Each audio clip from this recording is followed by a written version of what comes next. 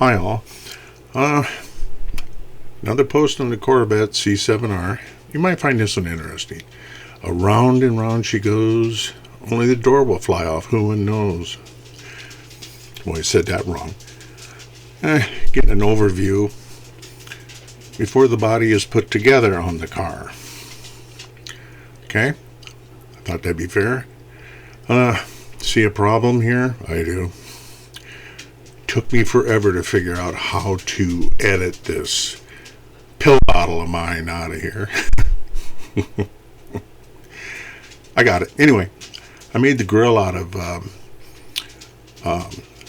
fine wire mesh, and where I got it from is for industrial water strainer, and they come in different thicknesses. You can get them at a plumbing supply store, and they're made out of stainless, but I sanded it, got it fitting, blah blah blah. Right now I'm making the backs for the fog lights. I made some dimples in the plastic because nobody includes them.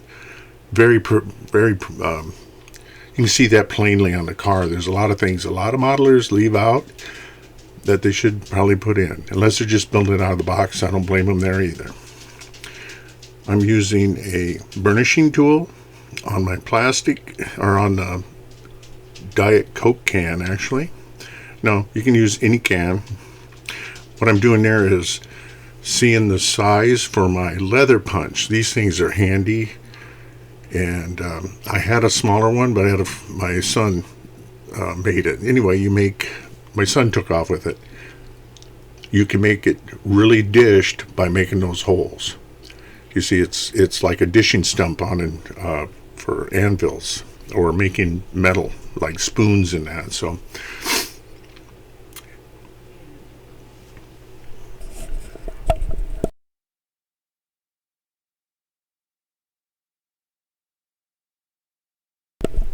actually, the aluminum was quite easy to cut out. I was shocked. Right now, I'm making a mold for the glass cover. And I don't want it too deep, but I want it slightly conical, rounded. I'm testing it out on the dish, make sure it's about the right size. Already put the dishes on, the aluminum dishes on the model. I didn't like that one, so I'm making a different one. That's why I started over.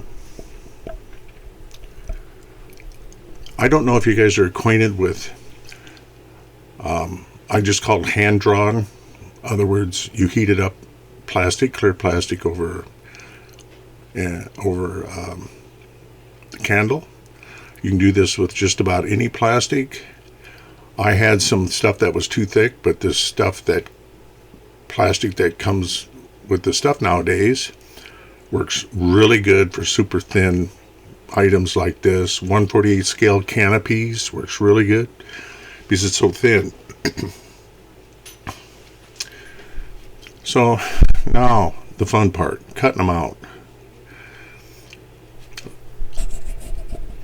And I actually, my first or second one, I lost. And where I'm doing this, there's no carpet, but the carpet monster got it. And I have a ceramic floor. Oops, I wish I could have paused that longer. Anyway, never did find it. I had to make another one. And you'll see that in a bit. No big deal.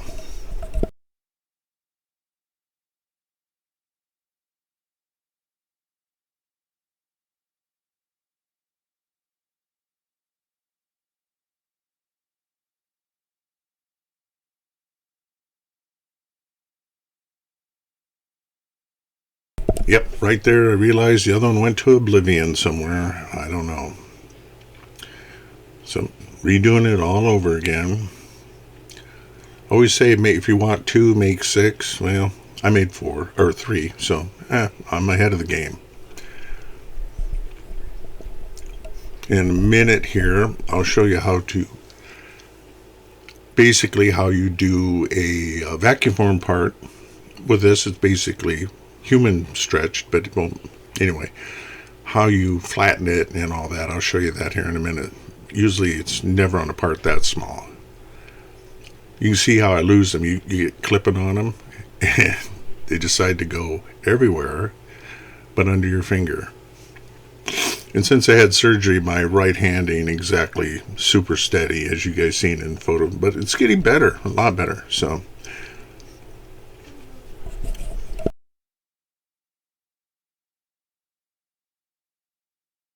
it's actually not my hand, it's my shoulder.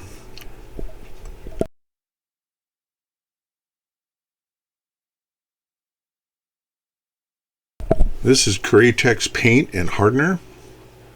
I brush painted them on with it. Hopefully I get it in view. Anyway, I painted the inside of the glass on both of them, and it's transparent yellow. I didn't want to get it too dark because, as I noticed with close-ups of the Corvette, you really couldn't see the yellow. It's because you're running yellow lights also. So I don't know. Anyway, you can see the aluminum in the corner on the one fog light.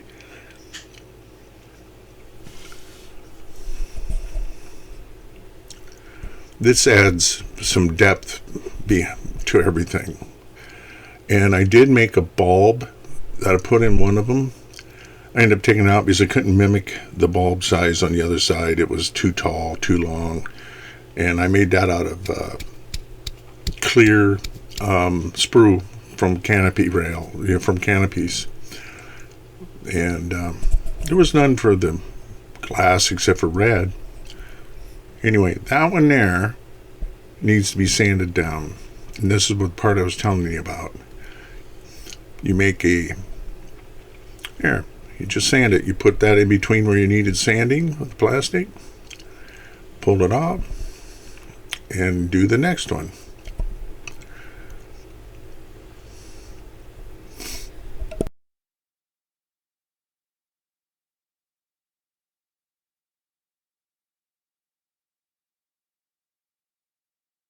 Little cleanup on the fuzz.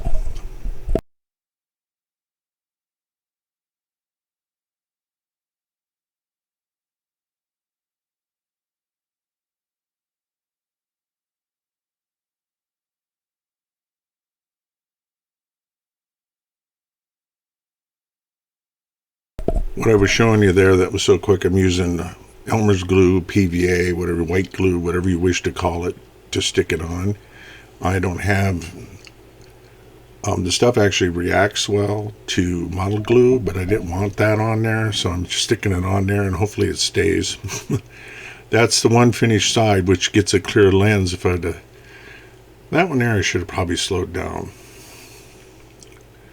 Anyway, hey, that's life. Now, I cut the one side out for the glass, and I used a razor saw.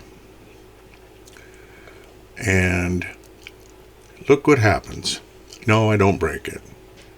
Some old man can't saw a straight line now. I'm off the side. So that's an item I have to fix, which I do. But since that is a flat color, I could match it. You wouldn't even notice.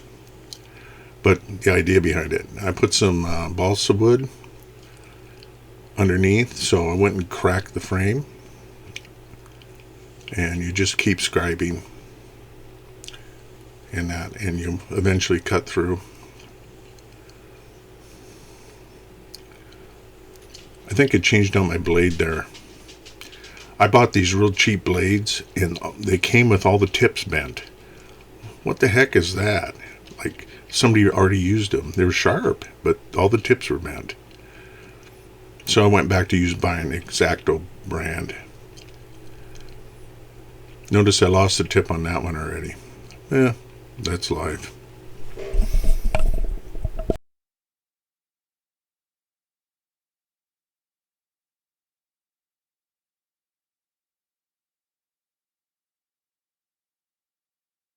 On this top of the car, the roof there, where the glass is, I was going to put a 1-inch carbon fiber decal on there, because that's what the Corvette had. You can see it in pictures. Those links I posted in the beginning. And I ordered decal paper for it, and it took, because it was round, it took forever to get it here. The model is already done. That's what it looks like. A little rough, but it looks okay. Thank you for watching.